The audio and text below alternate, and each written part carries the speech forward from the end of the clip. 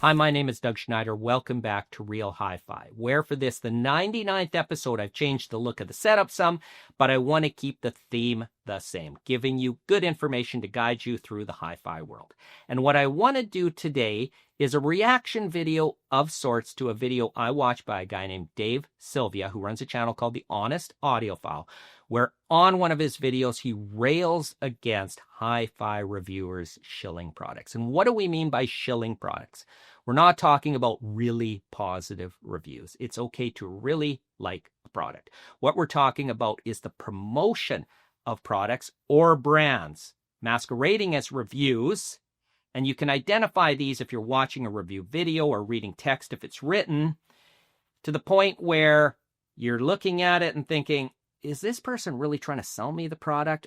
Are they working for the company? Because this seems way over the top. That is shilling. And I didn't agree with everything Dave said in the video, particularly when he got into review methodology and measurements, and notably that this is a new problem because it goes back decades. And I've been running SoundStage for almost 30 years now, and I've seen this problem firsthand, so I think I have some unique insights. And like Dave, I want to identify why this can happen. And he mentions one of them that's obvious, but I'm going to mention one of them that's not so obvious. Now, the obvious one is there's some sort of financial incentive involved. Maybe the reviewer is getting a discount on the product, a free product. They're trying to get clicks to generate revenue.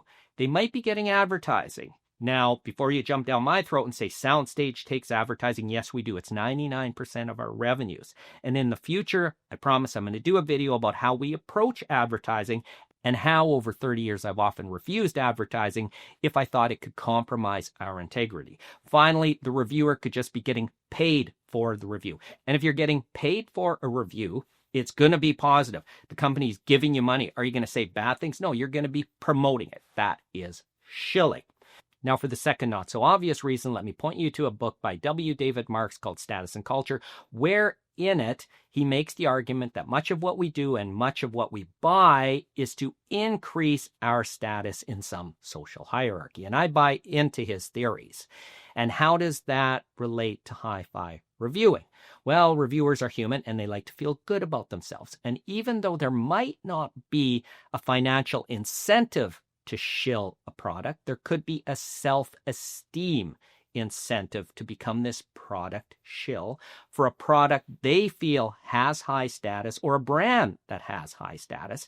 And sometimes these reviewers can start out innocently as reviewers, but as they latch on to certain products or brands, they start getting their identities wrapped up in these products or brands, and they become shills for them, sometimes without even knowing it. And this isn't unique to hi-fi.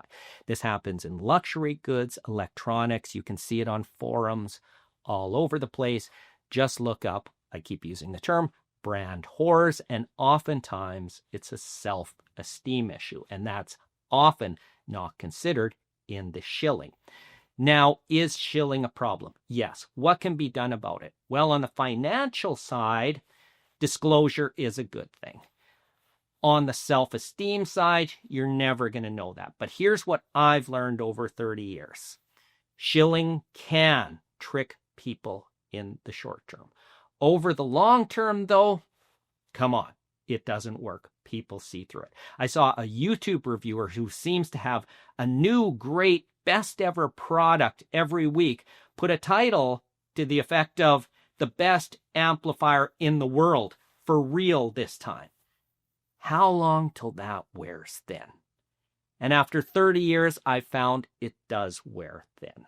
So my solution for it is to make potential customers aware that shilling does exist for the reasons I cited and probably other reasons. And just be aware to look through it, think through it, and ask yourself, does this sound too good to be true? Because it probably is. I hope this helped. Thank you for watching.